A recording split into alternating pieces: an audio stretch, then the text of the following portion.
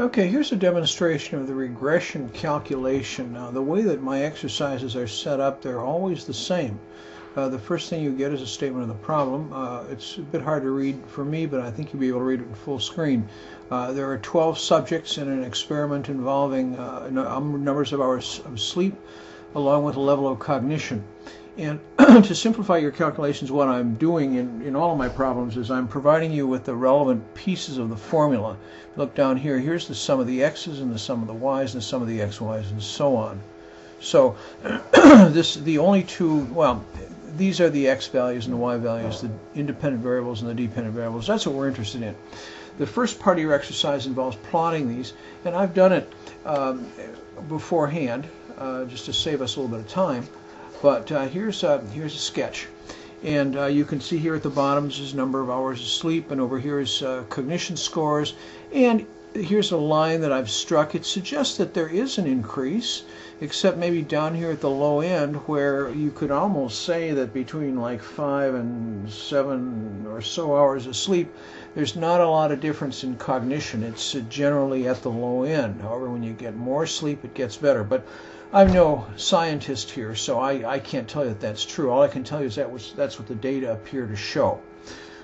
What are we going to do with this stuff? Well, here's what we're going to do with it. The first thing it says is calculate values for the slope and intercept of the regression line, M and B, using the data above.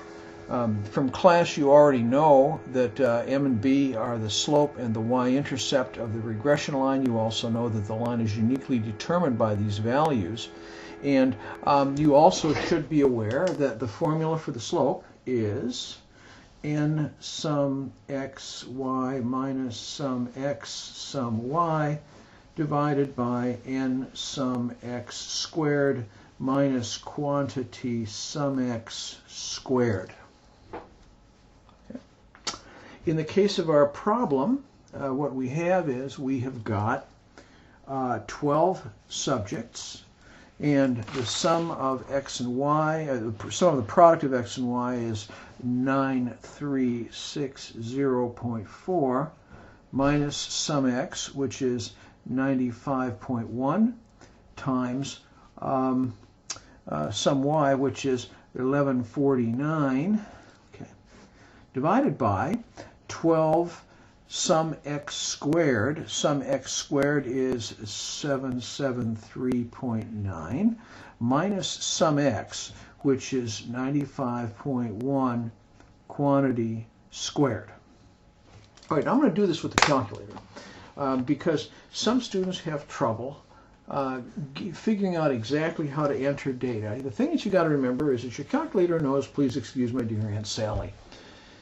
And what we want to do is we want to divide this numerator by this denominator. And what we have to do is use parentheses to make sure that the numerator is calculated first in the denominator, and then the division problem is done. So here's how we do that. We begin with parentheses. 12 times 9360.4 minus 95.1 times 1149 parenthesis divided by parenthesis 12 times 773.9 minus 95.1 quantity squared on parenthesis. That's what you got to do. And when you do that, you get the slope of 12.58. It's a positive slope, and we saw positive correlation with sleep hours and cognition in the plot, so we're in the right direction at least. Okay. The second calculation is that of the intercept, B.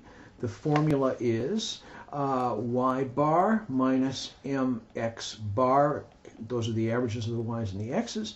And m is the number we just calculated. So y bar, y is the sum of the y's divided by 12 minus 12.58 times x bar, which is 95.1 divided by 12. And I just write in the parentheses to clarify the presentation. You don't need them in the calculator this time. Your calculation looks like this. Let me get it all in the picture. We've got 1149 divided by 12 minus 12.58 times 95.1 divided by 12. And we get minus 3.95. Minus 3.95. I'm going to write down the regression equation right away so that we've got it to work with. It looks like this. It looks like y is equal to mx, that's 12.58x, minus 3.95. That's the regression line that we just developed. Now, as far as the correlation is concerned, we're given the value. The formula you know, but I've indicated you don't have to worry about it. The formula we compare to critical values in our table of correlation coefficients. In this case, we're looking at 12 points.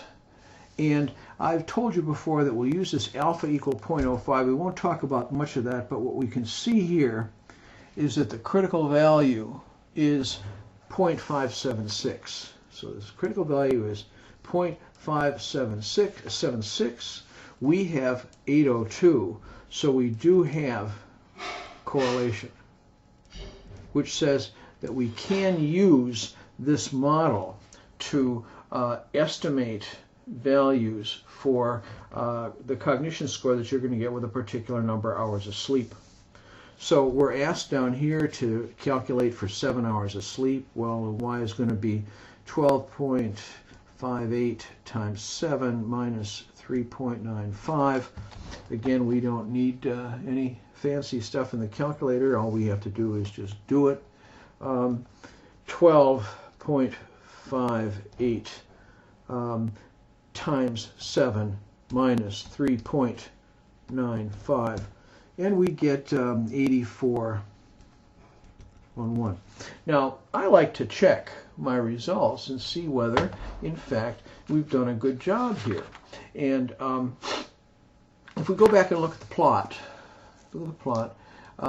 7 hours of sleep gives us, well, it's a little bit fudgy here. Yeah, 7 hours of sleep gives us something around 84. I'm just making that up. But we're in the ballpark. We're in good shape. Okay? The last thing in the calculation is what percent of the observed level of cognition is explained by the amount of sleep a person gets. The answer to that, you should remember, is just r squared, where r is equal to 0.802 squared. And when we calculate 0.802 squared, we get nothing. Let me try again. 0.802 squared, we get about 64%, or 64%. So around 2/3 of the behavior of the cognition score is explained by the number of hours of sleep that the subject had. So that's, for the record, that's how you work these problems. It's if you know what you're doing, it's not difficult, and that's what this video is designed to give you.